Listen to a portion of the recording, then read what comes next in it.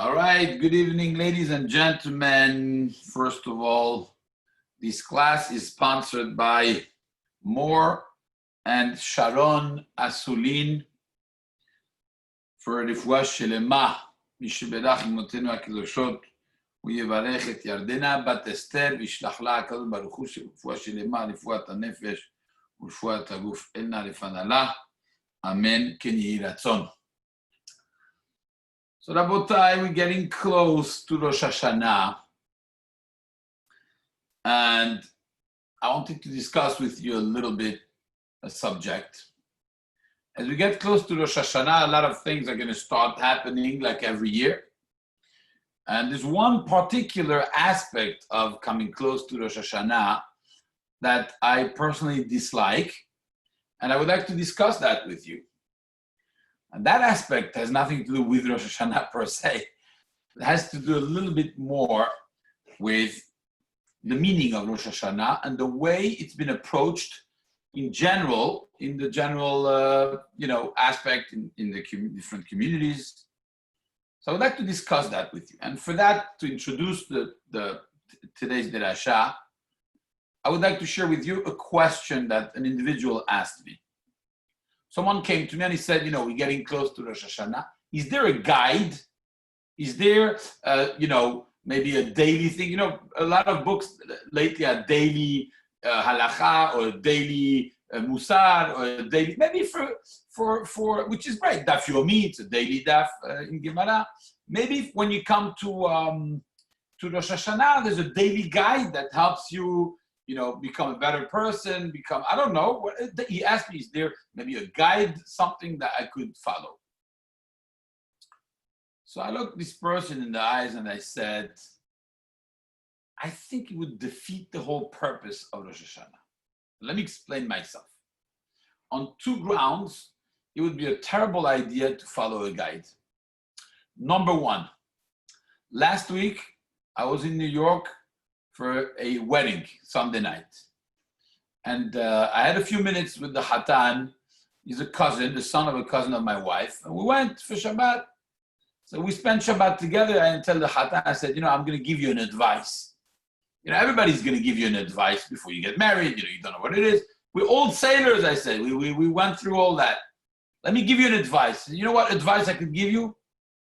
Don't listen to anyone giving you advice. That's my advice to you. Why? Because everybody's going to bombard you with advices. But how do you know, number one, that they know what they're talking about?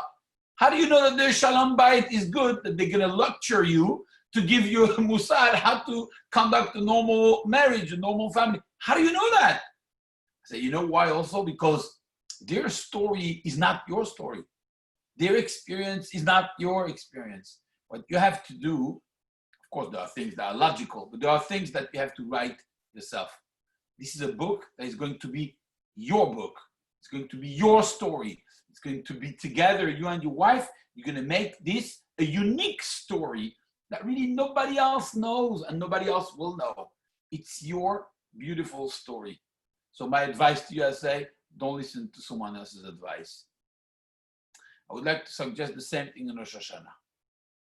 I used to hate Rosh Hashanah. For me, Rosh Hashanah is Yom Adin, the way it has been portrayed to us for thousands of years. Yom Adin, it's a scary day. It's a day that you get there and they're going to judge you. Who likes to be judged? Anybody? Raise your hand. Nobody likes to be judged. You tell them, it's a day of judgment. Oh, amazing. Let's go get judged. Nobody likes to be judged. So why should I go there? Why should I want to be there? But Rosh Hashanah could be something different. I think Rosh Hashanah has so much more spice to offer than just a day of judgment. And for that, we need to understand a little deeper what it is. I'm just going to give you a simple example. I have a friend of mine who has a company. He's in investors. He has a lot of investing, give him a lot of money, very big company. And once a year, or maybe twice a year, maybe I'm wrong, he has to give din v'cheshbon. All the investors come from all over the world, and they sit for a few days, and he's going to go through everything they did and everything that he's about to do. He told me this is very good. It's a very tense few weeks before because you have to go through all the details. This guy sharks, they're smart people. They're going to ask tough questions. Why did you do this? Why didn't you do that? There's a lot of conversation. I don't have to lecture you on that. You know how it works. It's a lot of pressure. You have to be prepared for that. It's very important for a business to do that. You look back and you look in the future. You make a constant updating of your business plan. When you constantly updating your business plan, you stay sharp, you stay on target, you're looking at different opportunities, you learn from your experience. It's very, very important. He says, however, there are businesses that you don't have to explain anything to anyone. Take, for example, you own your own business, you don't have investors, it's all your own money. You don't have to give din vecheshbon to anyone. You don't have once a year or twice a year or 3 times a year to sit down and do these calculations. You don't have to. Nobody is forcing you to do that, but you should. You should, because if you don't reassess constantly where your business is heading, if it's doing well, if it's not doing well, if you just sell a banana and you're eating that money without thinking, what do I do with this money? Where is that going? Am I making more profit than yesteryear? So then you got a problem. Because without knowing, sometimes it could either be going well, it could be going bad. Very, very important to sit down with a pen and paper, as an example, and to do the cheshbon, to write down, to know where you're going. Is it growing? Is it not growing? Is it a recession? Is it having profit? How much profit? Very, very, very essential for any business to do that.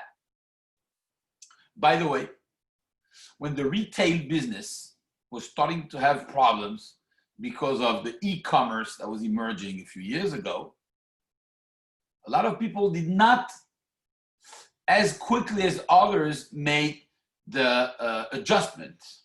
And those people, many of them, had a lot of difficulty, and some of them stayed out of business. Why? Because if you don't sit down, reflect, adjust, think, and make a new business plan constantly, then your business is going to have a problem.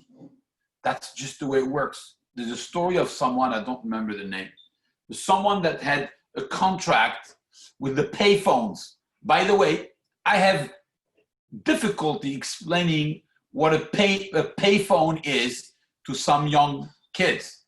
How do you explain to kids what a payphone is? Remember that famous picture that was circulating, and in that picture there were 2 kids looking at the payphone and said, how did our parents play whatever game that they're playing? And they're looking at the earpiece, and they're like, how did they play the games with this? They don't get it. The phone used to be just to talk on the phone. And those payphones used to be a very good business. People would purchase the phones and they paid a certain amount to the company, to Bell South or whoever was owning at the time. And they made money with that. I don't know how much money you could make with quarters, but apparently if you owned 100 or 200 phones, multiply by all the quarters every day, and it would make money. But then the cell phone came. And today, I don't think you find a payphone with a line. Maybe I'm wrong. Maybe there is somewhere a payphone with a line. But if you see it, probably belongs to a museum, and the line is not going to be working. At the time, someone, I don't remember the name, someone, either Verizon was buying Bell South, I don't know all the details, but he got an offer, and someone told him, this concept of cell phones is popping up pretty quickly. Maybe you should consider selling, and you're getting a large offer for your payphones, for your lines. They're buying the lines. They want to have a monopoly on all of this. And he said, no, this business, I've been owning it for 17 years. It's been working, whatever it's been working. They say it's declining. He said, but that was my partner. I'm staying in that. Well, the guy missed his opportunity and he lost everything there. At least he couldn't make $1. Nobody would give a dime today, even for the metal of the even if you melt it, it wouldn't be worth 50 cents. Missed opportunity. When I look at this, doing a business plan, I was trying to explain to my friend that from my understanding, Rosh Hashanah is exactly that. I used to not like the Yom HaDin, but at the end I was thinking, I was analyzing, and who is on that chair of the Yom HaDin? Who is the one judging me? Myself! I judge myself, which means it's my day of opportunity. What's a judgment? A judgment is an assessment of a situation. Am I doing well or not? It's good in business to do that. It's good for one's health to do that. You have to go to the doctor once a year.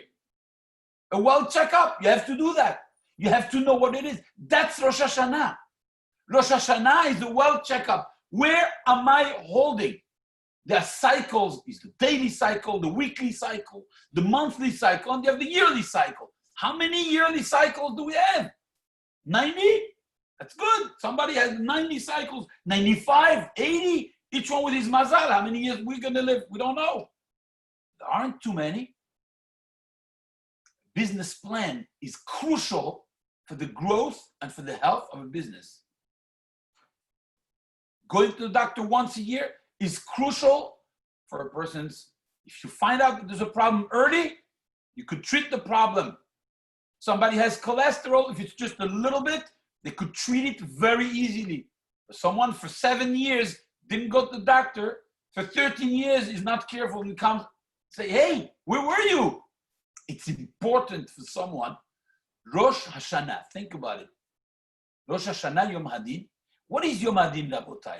A day of judgment. Let's translate that into normal terms. You go to the judge because you were going 80 miles on a 30.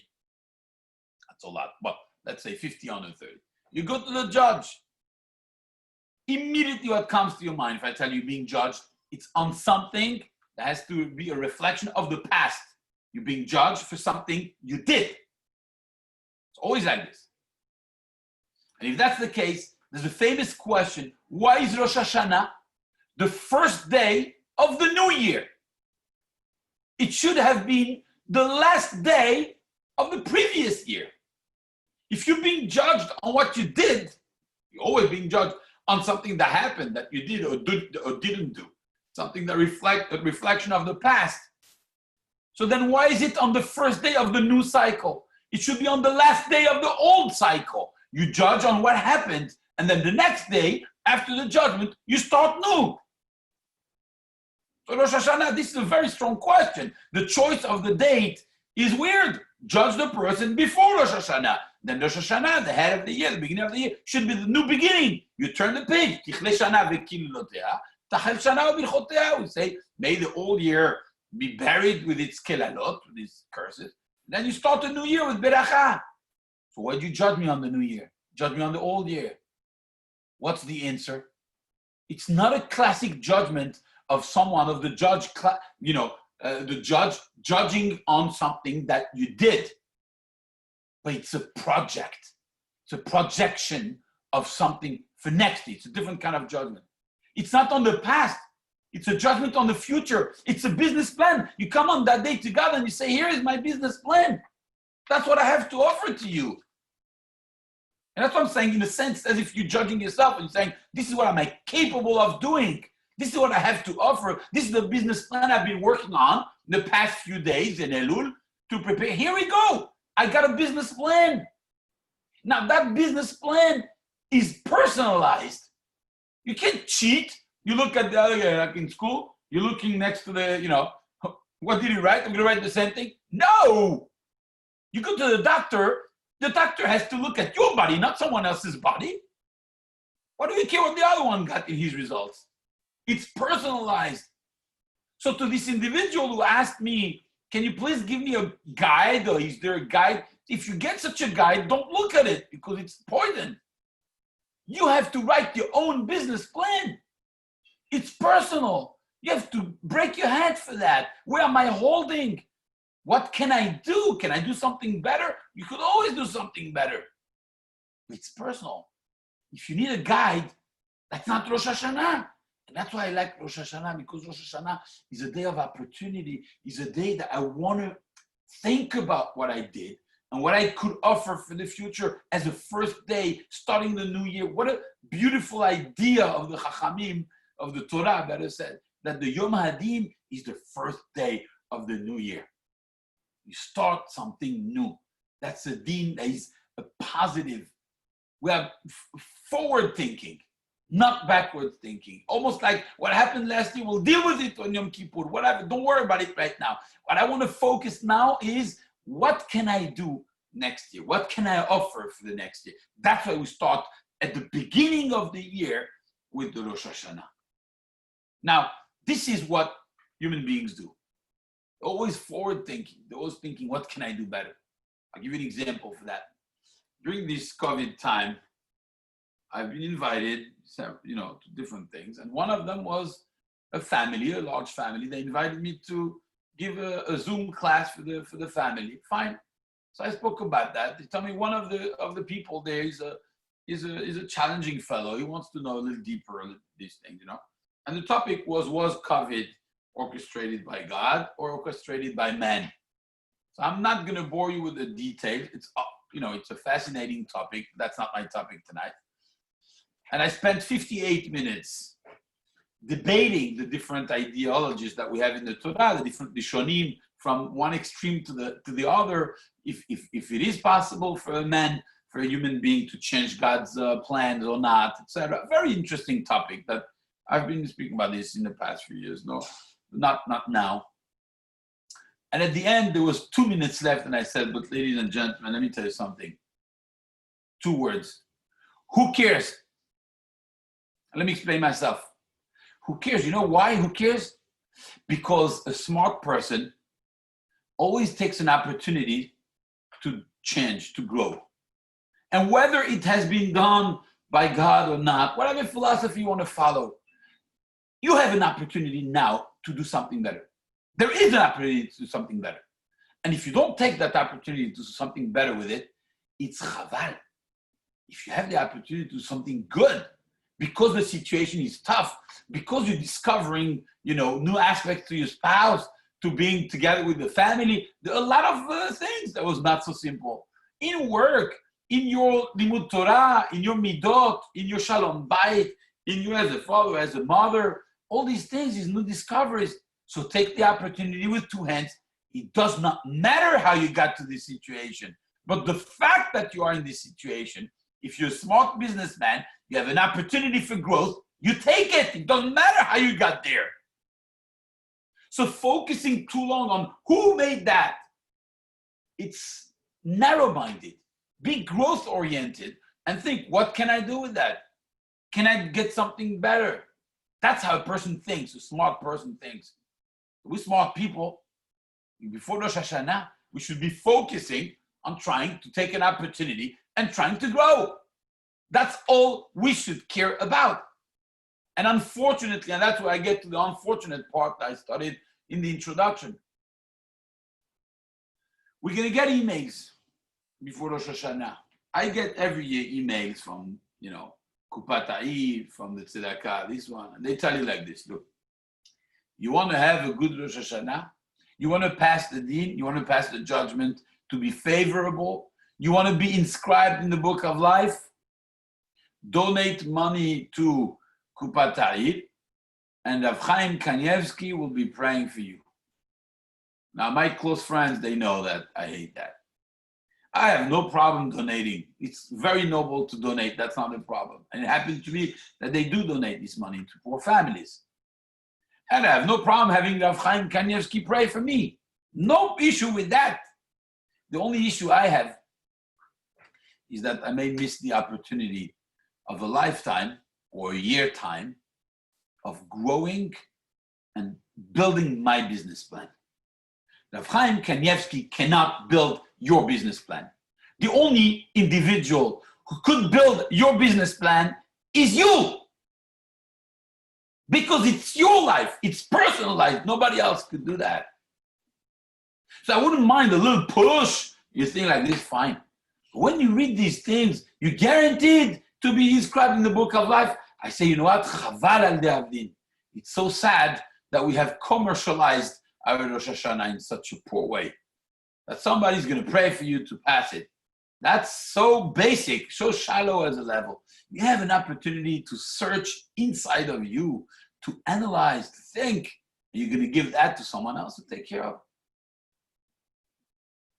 I don't like these shortcuts. They don't work. That was not the point. The point was not to be written in the book of life. That's such a shallow relationship with yourself and with God. The point was, let me make it happen. Let me live the moment. It's like if you go to a safari and you're afraid of lions and they tell you, you know what, just close your eyes, we'll put you in the cage. And when you get to the other end, you're driving with the bus, when you get to the other end, we'll tell you that that's why you went to the safari, to survive the moment. No, look around. There's beautiful elephants, you have giraffes, you have all that. Haram, Rosh Hashanah, enjoy the ride, enjoy the journey. This is a moment of deep reflection, of deep analysis. Why would you give someone to do that? It's yours. It's custom made. It has to be coming from your heart. You want to build that relationship with God by analyzing who you are. Let me tell you a story. I heard it on the name of Rabbi Jacobson, a very interesting story. One of the rabbis in Baltimore, I think he moved out of Baltimore by now, but his name was Rabbi Weinreb. I said it in shul. It's a very interesting story. He was in Baltimore, and he says he was in his 30s, in his early 30s, and he had problems, but he was a young rabbi. He was very successful, but he had these questions. It's okay. Even if you're a rabbi, you could have questions of emunah, questions of, trajectory in life. And he had these questions, his doubts. But he didn't want to talk to someone who knew him or somebody who would know him from the same circles as his social circle. So what did he do? He was Lithuanians, typical Ashkenaz. He said, I'm going to call someone that nobody in my circles called. And who is that? The Lubavitch Rebbe. Nobody calls the Lubavitch Rebbe from a classic yeshiva in Baltimore, So he calls the Lubavitch Rebbe. And, he didn't pick up the phone. He had a secretary. So the secretary of the Rebbe picks up the phone. And he says, yes. He says, well, this is... I would like to speak to the Rebbe to get maybe a meeting. I'll travel. I'll come from Baltimore. I'll come meet the Rebbe. I have some deep questions in Emunah. I would like to talk to the Rebbe. He says, sure, let me ask the Rebbe if he's available, whatever. So he hears the conversation, and the secretary is talking to the Lubavitch Rebbe, and he's asking him, there's somebody here who wants to talk to you from Baltimore. He says, ask him for his name. Who is he? He says, I prefer to remain anonymous. I am a Jew from Baltimore. So, a Jew from Baltimore. Okay, a Jew from Baltimore. He tells the Rebbe, this is a Jew from Baltimore. He has questions of emunah. He would like to meet with the Rebbe. So the Rebbe answers to the secretary, says, tell him that I heard about the certain Rabbi Weinreb in Baltimore. I don't know him, but I heard about him, and apparently he's influential. People like him. Tell this individual maybe you should talk to Rabbi Weinreb. Now, this Rabbi Weinreb is hearing that on the phone. He's like, well, how am I going to get out of this? He's basically telling him, talk to yourself.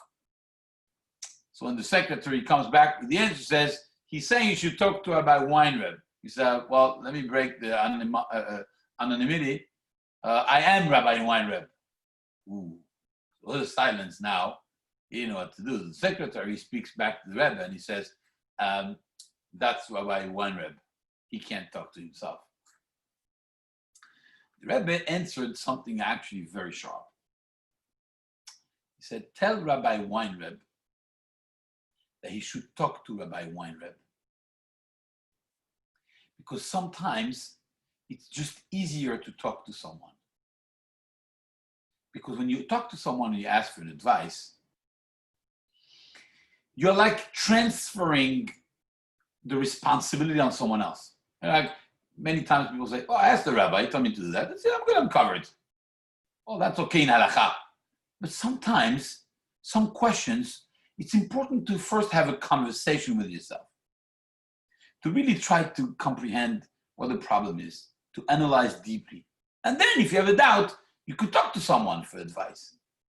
He said, in this case, I think, tell Rabbi Weinreb they should talk to Rabbi Weinreb. This Rabbi Weinreb said this was a very transitional moment in his life that actually, like coming out of your comfort zone of, oh, let the rabbi answer my problems. No. Try to answer first your own problems. Sometimes it's good. You're the only one who knows. maybe we don't have the courage sometimes to do it. And that's what Rosh Hashanah is about. On Rosh Hashanah, come with a piece of paper, come with a business plan, and tell God, this is the beginning of the year. I want to start new. This is what I have to offer. Last year was last year. This year, I could do this better. I could do that. But think about it. Don't let it pass. It's an opportunity. Don't let somebody pray for you. That's a cherry on the cake. But the cherry without a cake, it's a very sad cake. You need to build that cake. There's no shortcut. There's no guide for that. It's custom made by oneself, by ourselves. We know our weaknesses. We know what we could do better. It could be in religion. It could be in social ways. It could be as a person. It could be as a husband, as a wife, as a father, as a mother. It could be as anything. But who knows better than ourselves? In what area we need chizuk? And if then we need to discuss it, that's okay. But let's come with our business plan. That's what Rosh Hashanah is about.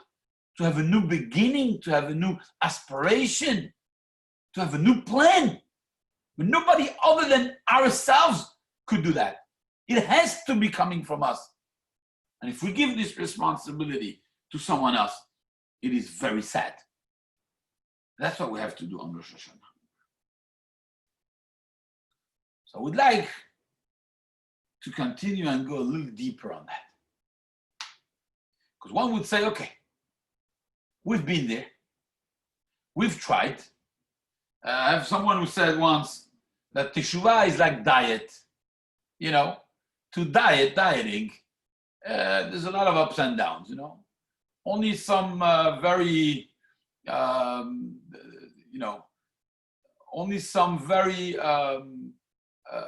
ordered and very educated people decide that they're going to go on diet forever. That's not easy. Many times it's ups and downs, you know. You go on diet for 2 weeks, then you break it for a couple of slices of pizza, you get a couple of pounds, then you go back on diet. It's a back and forth. Many people say Teshuva is exactly the same thing. You know, you decide to change, you decide to do certain things. It works for 2 weeks, and then boom, again, it doesn't work, and you're back to square zero, and you know. It's very sad. So how does it work? I would like to share with you a perspective that is very important. For those who know me well, there's one thing I don't like in schools in general is grading. So grading is not good in my view. Maybe it is necessary, but it's not good. And I'll tell you why. Grading is a reflection of two things. Well, the effort of the person, but also the IQ of the person. And by the way, it doesn't mean that a person is not intelligent. Today, the psychologists tell us there are 8 kinds of intelligence. It isn't that you tell someone, oh, you're very smart or you're not smart, you know. It's more complex than that. Some people, for example, are very smart in certain areas. They have a great memory. They could analyze, but they're not good at math. It's not their thing. Others could be scientists, not good in other areas. To be smart is a very relative term. It's not objective, it's very subjective. So you take a kid, for example, and you could destroy the self-esteem of the kid because he got an F in a math test. I don't like grading. So the way I worked it out with my kids, as a father, is I always tell them, look, I really don't care about the grade. I only care about one thing. Did you try? Did you make effort? And they say, in this country, we say you get an E for effort. I don't like that. You know, I give you an A for effort. Because if you made a lot of effort, if you really studied, you did your homework, you really came ready for the test, and then it just didn't work, what, can you complain with God that he didn't give the ability to every kid to be a genius? I don't like grading.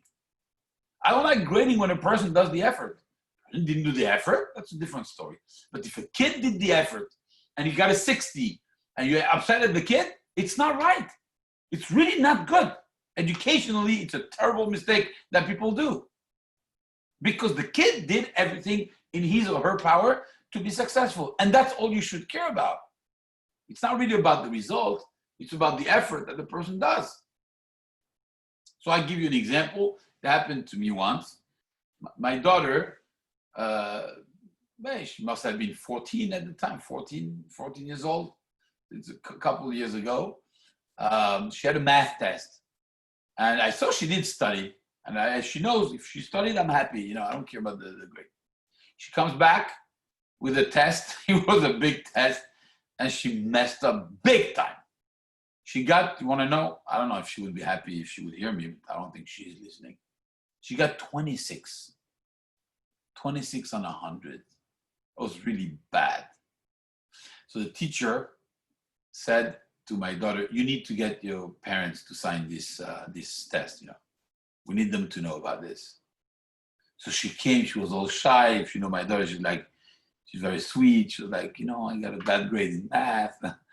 I'm like, but you worked for that test, right? I remember, I saw her working. She said, no, I really worked. I don't know what happened. I blocked, I didn't remember. It was equations, I didn't understand. I don't know. I said, I saw you working, give me the paper. I took a red marker, permanent marker, red. So you couldn't see anymore what was on there. And I wrote, Chana, I am so proud of you. And I signed in big red letters. And I said, show this to your teacher. That teacher never, ever crossed eyes with me after that. Not in a wedding, not in a Brit, not in a school meeting, zero. She didn't want to have anything to do with me. She thought I'm Mejnun, 26 she got, and I write in big letters, there's nothing you could expect from this girl, Hazita. She grew up in a crazy family. 26, I'm so proud of you, my daughter. She never bothered me again. I said to my daughter, I want to teach you a lesson. If you worked for it, you get an A for effort. That's all I care about, the effort. The rest, it's not in you. That's not your problem. You have to do the effort. However, I came afterwards with that idea, and I spoke to several principals. Not one principal bought my story. Not one principal wanted to change any system in anything. I said, at least in Kodesh, you change it. It's religion. It's not geography. How do you judge a kid on effort? You try to study well, etc. That's all should count. Nobody wants to listen to me, Rabotai. And then it hit me. Of course, nobody wants to listen to me. Why?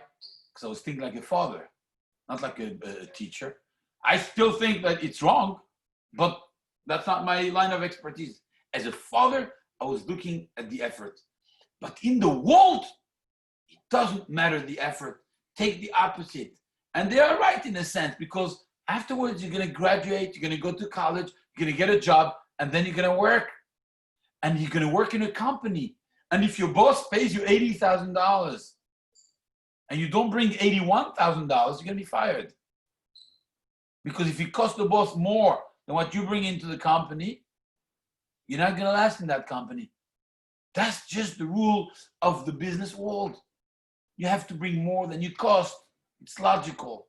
You could come all day long and say, but I've been making a lot of effort and a lot of progress and I really killed myself.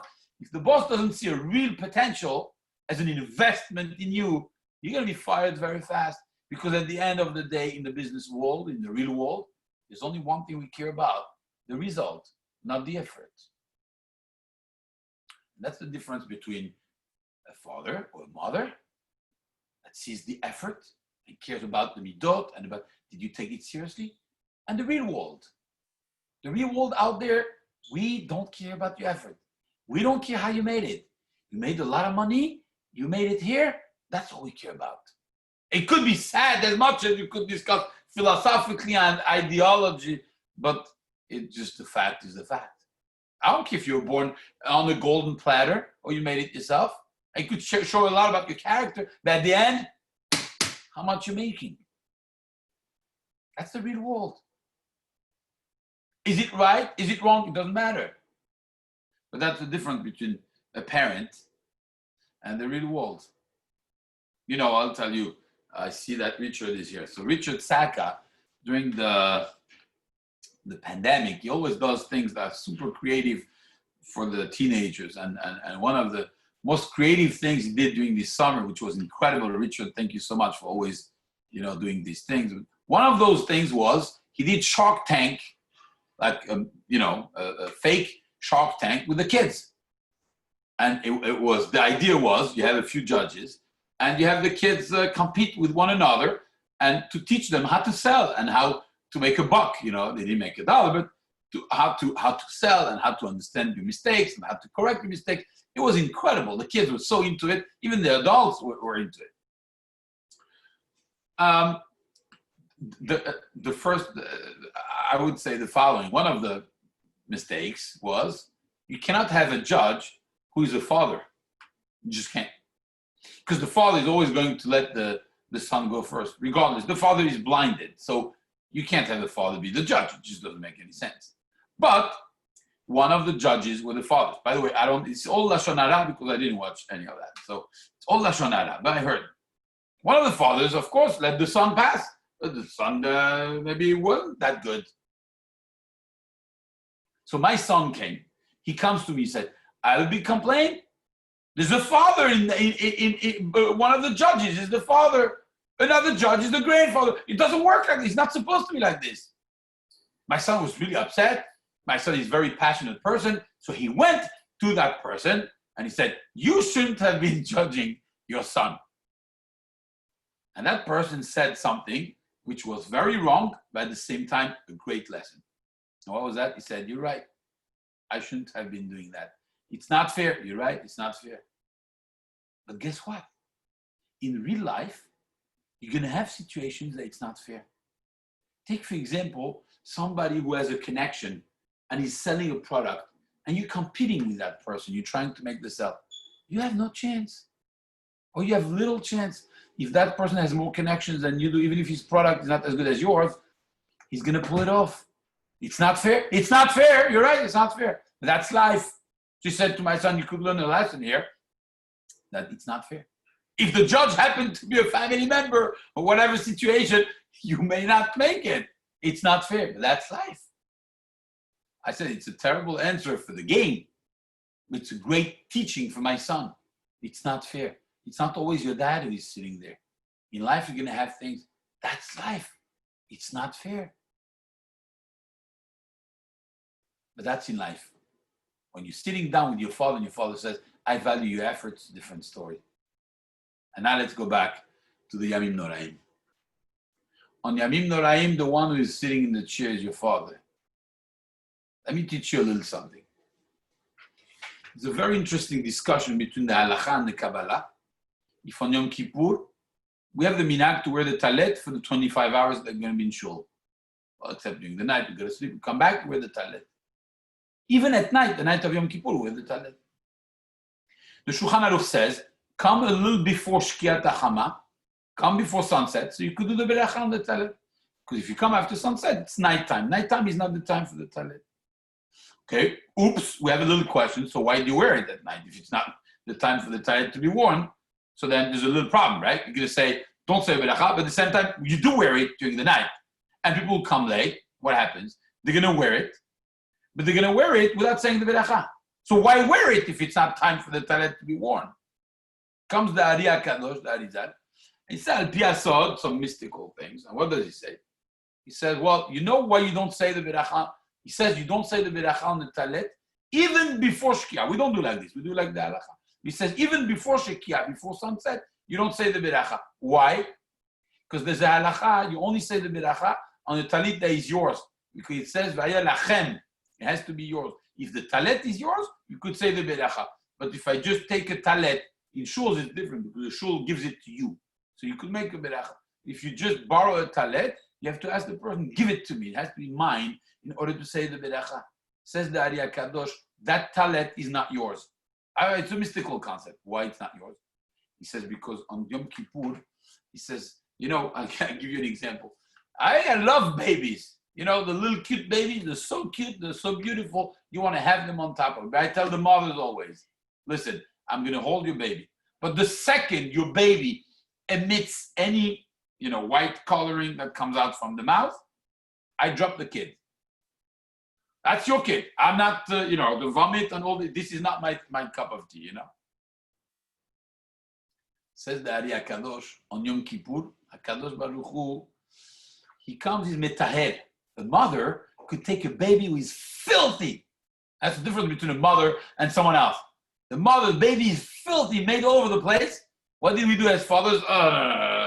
Listen to me. That's not my thing. You're gonna take care of that because I can't do the Nutella story here. This is yours, okay? The mother has no problem doing it. She will make this baby spotless, shining, smelling Chanel number 5. She'll do it because she's a mother. כי ביום הזה יכפר עליכם לטהר אתכם. מקווה ישראל Hashem, on that day has a lot of compassion. He comes, he cleans the baby.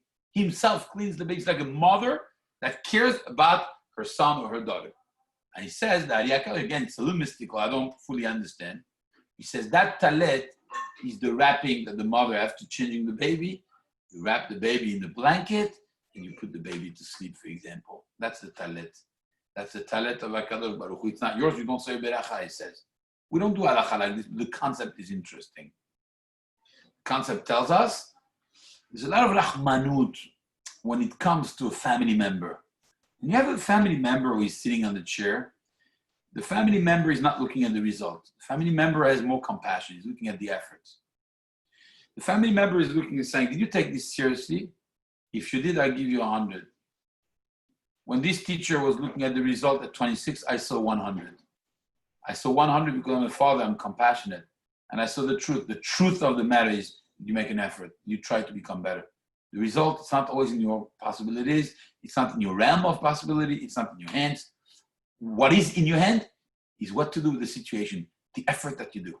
And I'll prove it to you with this last thing.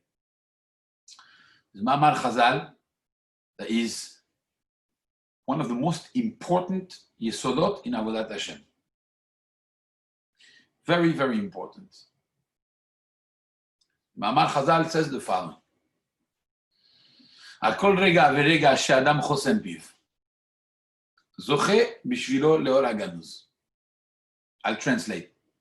Every moment and moment, על כל רגע ורגע, and this is crucial for understanding, every single moment, you would say, that a person chooses to keep quiet, this person will have, again, something mystical, I don't know what it is, or haganuz, hidden light, a treasured light from HaKadosh Baruch Hu.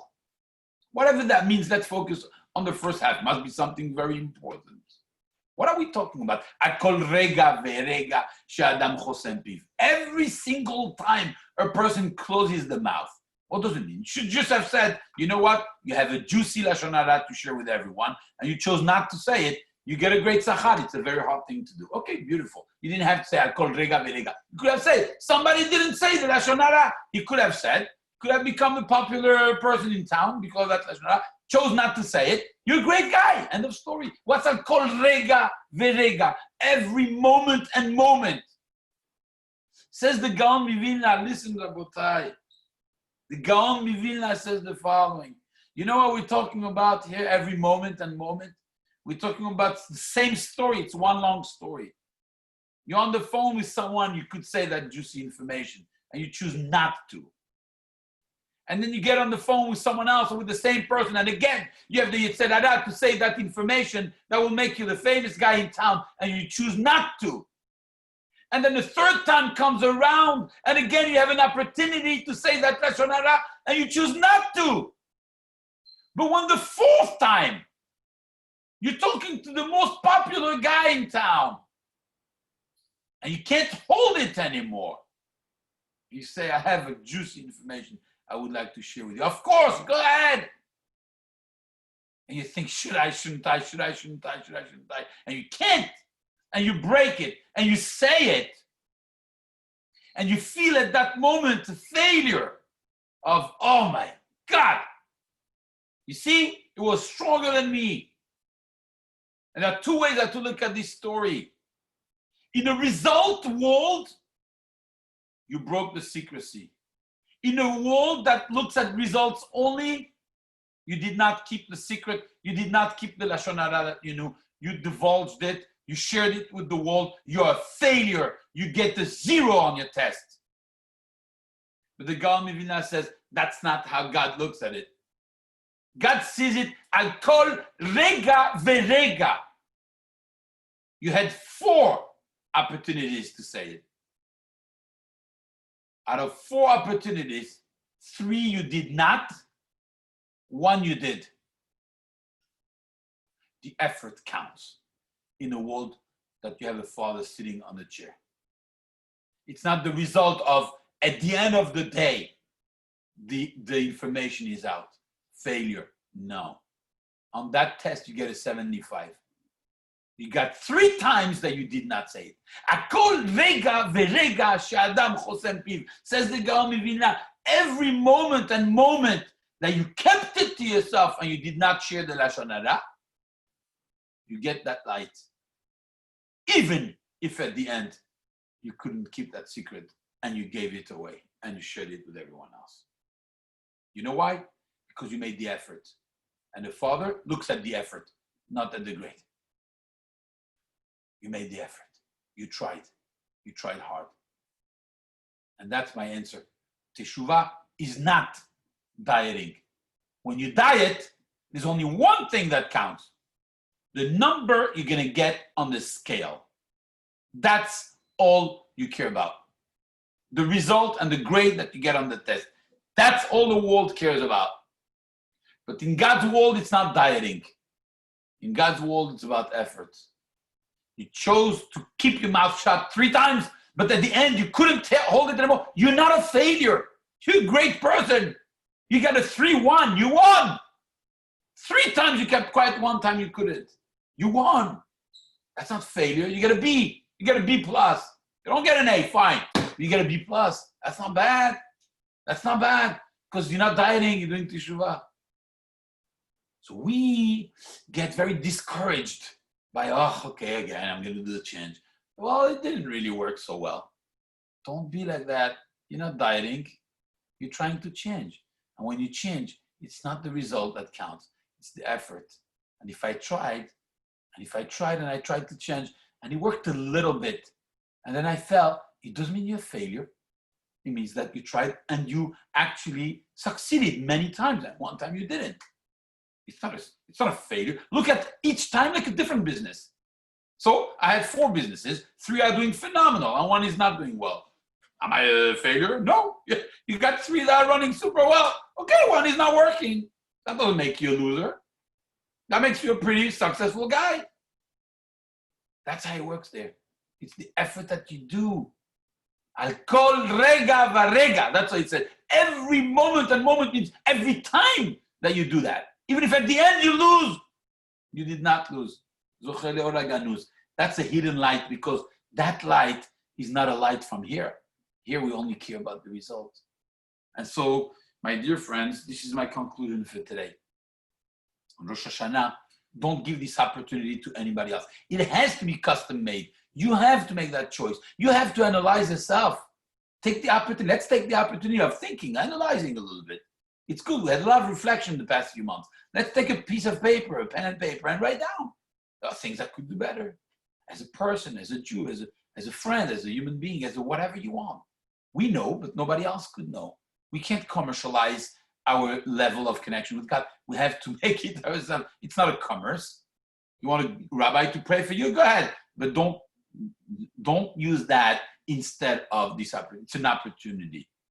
It's a business plan. And when you make the business plan, you want to make some changes. And when you make those changes, they don't have to be forever changes. What I mean by that, it would be amazing, spectacular, if these changes could be changes forever and they would stick. But they don't always stick forever. That's just the nature of human beings. Does it mean that it doesn't work? Absolutely not. It would be chaval. It would be chaval to think. And we get very discouraged by that. And I get it. And I'm the same also. And we think like, come on, I made a decision 2 weeks later, it doesn't stick anymore. Or I make a decision and I'm like, I'm not going to be able to do the whole year like this. But do a little bit. When you do that, HaKadosh Baruch Hu looks at the effort because HaKadosh Baruch Hu is your father. Because he has a relationship, a deeper relationship than just the result. The result is not the way of speaking there. He could sign on a 26. I'm so proud of you. Why? Because you tried that kol rega v'rega she'adam chosem piv. It's about the effort that we do. So Bezat Hashem, this is what we should be doing. Try to make the effort. Don't worry about the result. The result is not up to us.